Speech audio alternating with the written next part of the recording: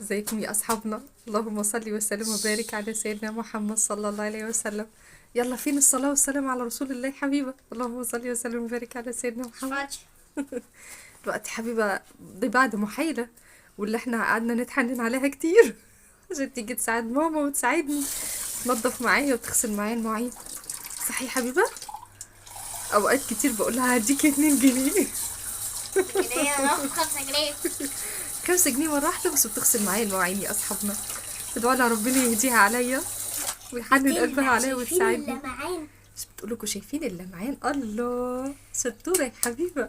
يلا قولي لأصحابك فلوس عشان تطلعي حاجة. قولي لأصحابك التانيين. بص لابسين المريالة بتاعتي يا أصحابي بصوا. طب انا قولوا لأصحابك بقى اللي بيشوفوكي ايه يساعدوا ايه يا حبيبة. لسه هنغسل بوتاجاز مع بعضينا كمان صح. خلوا أصحابك كلهم يساعدوا مامتهم.